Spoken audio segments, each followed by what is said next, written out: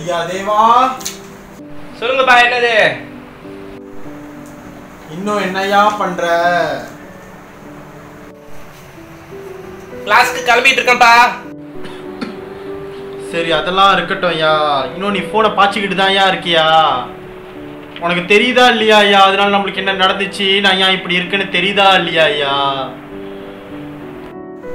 நான் எப்பெல்லாம் எங்கப்பா ஃபோன் பாய்க்கிறேன்? உங்க கூட தானேப்பா இருக்கிறேன் எப்பவுமே. நீங்க என் கூட இருக்கும்போது வரைக்கும் எனக்கு வேற என்னப்பா வேணும்? சொல்றத கேளுடா. ஃபோனு மட்டும் வேணாம், அந்த ஒரு ஃபோன். அதனால நம்மளுக்கு என்ன நினைச்சிட்டு மறந்துட்டியா? அதனாலதான் இப்ப நான் இங்க எப்படி இருக்கேன். மறந்துடாது. எப்பவுமே உங்க கூட தானேப்பா இருக்கிறேன். நீங்களே என் கூட தானே இருக்கீங்க. எனக்கு வேற என்னப்பா வேணும் வாழ்க்கையில? ஐயா தேவன், எத்தனை மணிக்கா ஒர்க் முடிஞ்சு வருவ? நீ 5ஆகும்பா கிளாஸ் முடிஞ்சு வர்றதுக்கு. சாப்பாடுலாம் எடுத்துக்கிட்டியா ஐயா? எடுத்துக்கிட்டேன்ப்பா. கிளாஸ் போயிட்டு வரேன். சரிப்பா, போயிட்டு வரேன்ப்பா. இருடா வரேன். கதவு தொடரா மணியாச்சு. இருடா, அப்பா கிட்ட பேசிட்டு இருக்கா. பணத்துல வராரு. வரேன் கிருஷ்ணா.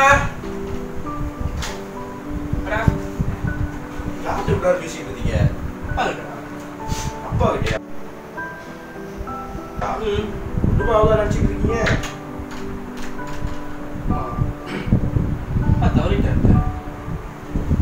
ஐயோ மணியாச்சு வேற. ஐயோ லெக்சரர் கூப்பிடுவாரு. தேவன் நீ முதல்ல கிளம்பு. நான் முதல்ல போயிட்டு நான் என்னோட லெக்சரருக்கு வந்து நோட்டா கொடுக்கணும். நான் போயிட்டு வந்துடுறேன். ஓகேவா? வாழ்க்கை நம்மளுக்கு நிறைய கற்றுக் கொடுக்கும்னு சொல்லுவாங்க. அதே போல தான் என்னுடைய வாழ்க்கையிலையும் பல விஷயம் கற்றுக் கொடுத்துருக்கு. அதுவும் ஒரு டெலிஃபோன்னால் என் வாழ்க்கையை மாறினதை என்னோட ஒரு நாள் வாழ்க்கை சம்பவம் தான் இந்த கதை. என் வாழ்க்கையை புரட்டி போட்டனால எப்படி மறக்க முடியும்? இன்னும் என் கண்ணுக்குள்ளே இருக்குது. எங்கள் அப்பாவை நான் தான் கொன்னேன்னா சொன்னால் நீங்கள் நம்புவீங்களா? நம்ம ஸ்டூடெண்ட்ஸ்க்கு தேவைப்படுற 2 விஷயம். ஒன்று ஹெட்ஃபோன், ஒன்று லேப்டாப். இந்த 2 விஷயமே என் வாழ்க்கையில் இல்லை ஆரம்பத்தில். ஆனால் அது வந்ததுக்கப்புறம் என் வாழ்க்கையில் பல பிரச்சனைகள், பல கோளாறுகள் ஏற்பட்டுச்சு. உதாரணத்துக்கு ஹெட்ஃபோன்னால்.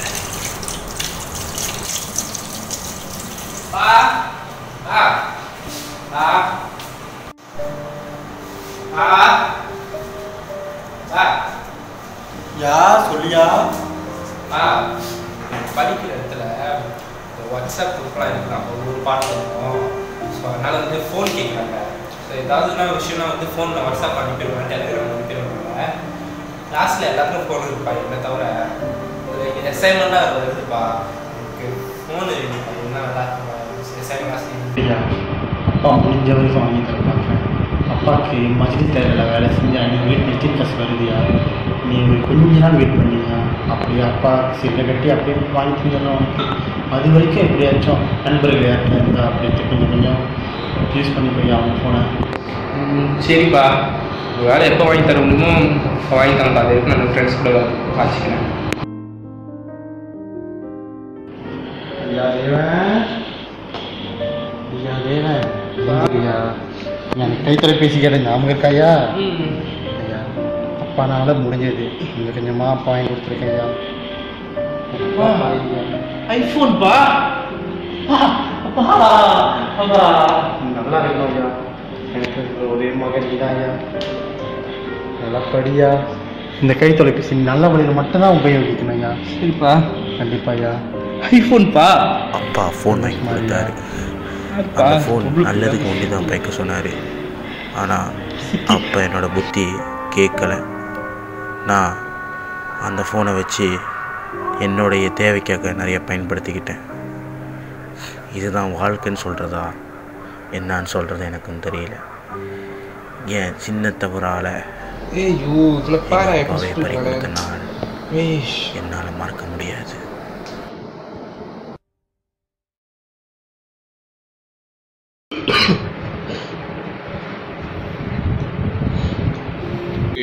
ஃபோன்லாம் வாங்கிட்டு வரீங்க? நான் கஷ்டப்பட்ட மாதிரி என் பையன் கஷ்டப்படக்கூடாது. அவனுக்கு ஒரு சொகுசான வாழ்க்கை அமைச்சு தருது ஒரு அப்பாவா நான் செய்கிற கடன். யா தேவன், கிருஷ்ணா வந்திருக்காயா? வர சொல்லுங்கப்பா. தேவன் நீ வாடா. ஃபோன்லாம் அப்படியே ஃபோன்லேயே இருக்கீங்க. இல்லை உட்கார உட்கார. அப்புறம் படிப்புலாம் எப்படி போகுது? ஃபோன்லேயே தான் பேசிகிட்டே இருக்கீங்க. நான் ஒன்றும் பேசிகிட்டே இருக்கேன், ஃபோன்லேயே படிச்சுட்டு இருக்கேன். என்ன அது, படிக்கிறியா இல்லையா?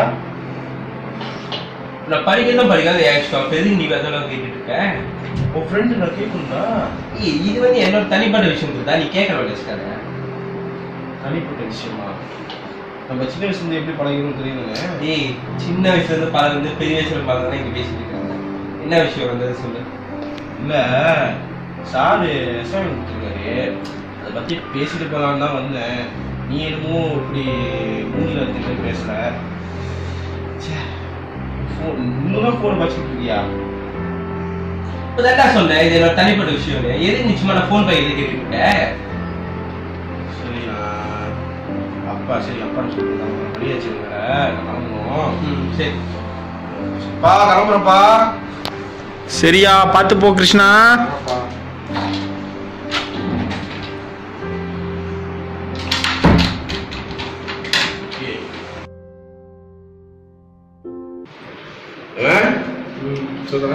இன்னைக்கு வெளியே போல? இல்லைண்ணா. இல்லை தேவன், ஃபோட்டோ பேசிட்டு இருக்கேன், நீ ஃபோனையே வச்சுக்கிட்டு இருக்கேன். நீ மிஞ்சி பெரிய இல்லை தேவன், மாறிட்டேன் ரொம்ப.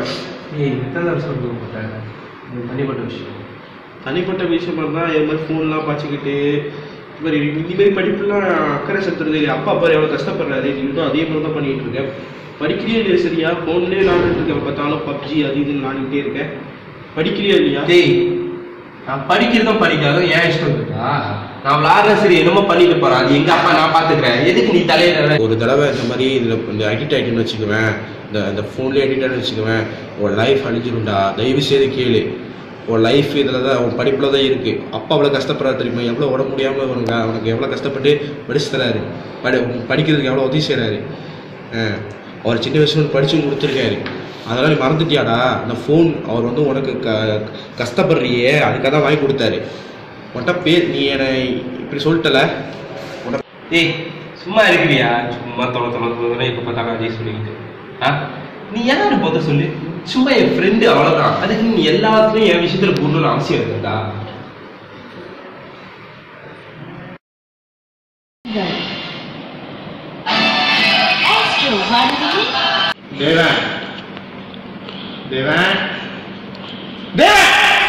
என்னது சொல்றீங்களா? எவ்வளவு கூப்பிடுவேன்? என்ன செஞ்சு இப்ப என்ன செஞ்சுக்கிட்டு? என்னதுப்பா? நான் தான் உன்னோட பரீட்சை ரிசல்ட் எல்லாம் பார்த்தேன். ஏறிட்டு இருக்க ரிசல்ட் தானே? எப்படி பார்த்தீங்க? எங்க பார்த்தா கேட்டுட்டு இருக்காத. நீ இப்ப என்ன செஞ்சுக்கிட்டு இருக்க? பரீட்சை அப்படி இருக்கு, படிப்படியா எங்க படிக்கிற? அதுல என்ன வந்துச்சு? என்ன வந்துருச்சா? எதுக்காக போறேன்? எனக்காக உனக்காக அப்படி ஒரு போனை வாங்கி பேசிட்டு இருக்கீங்க. உலகத்துல எல்லா அம்மா அப்பாவும் செய்யாத நீங்க வச்சுட்டீங்க. தேவன், அவங்க அம்மா அப்பா என்ன செய்றாங்க முக்கியம் இல்ல தேவன். நான் உனக்கு என்ன செஞ்சிருக்கேன் முக்கியம். நான் உன் அப்பா, அம்மா இல்லாத பிள்ளைய உனக்கு செல்லம் கொடுத்தவங்க, அது எதப்பா? அப்ப இதெல்லாம் பேசி நான் உனக்கு என்ன செய்ய சொன்னேன்? என் கூட வந்து வேலை செய்ய சொன்ன, நான் படிக்க சொன்ன தேவன். புரிஞ்சு நடந்துக்கோ, புரிஞ்சு நடந்துக்கோ.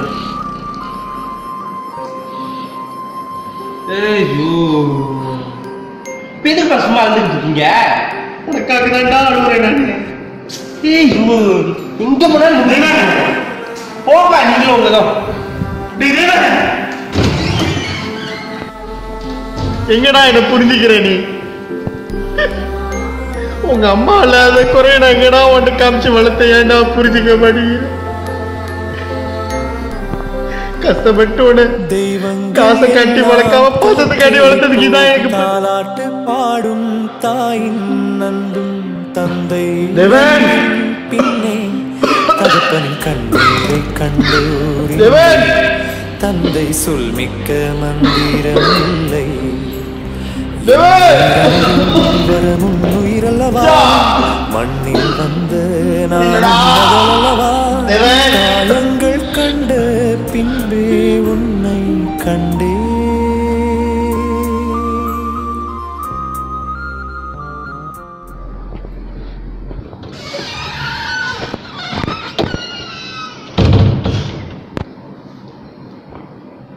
பா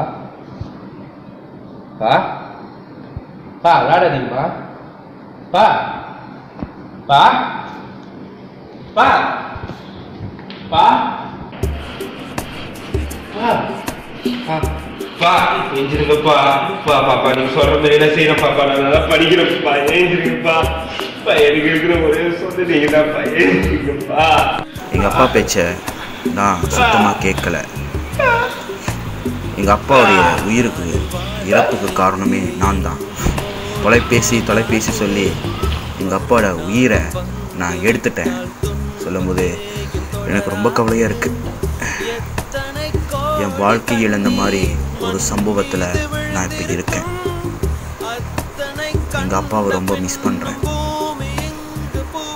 ஏன் தான் இந்த செல்ஃபோன் என் வாழ்க்கையில் வந்துச்சோ, என் ஒரு நொடியில் எங்கள் குடும்பத்தையே அழிச்சிருச்சு. இதை பார்க்கும்போது எனக்கே ரொம்ப கவலையாக இருக்கு. ஃபோன்லாம் வாங்கிட்டு வரீங்க? நான் கஷ்டப்பட்ட மாதிரி கஷ்டப்படுறேன். அவருக்கு ஒரு சொகுசான வாழ்க்கை அமைச்சு தருது ஒரு அப்பாவா நான் செய்கிற கடன்.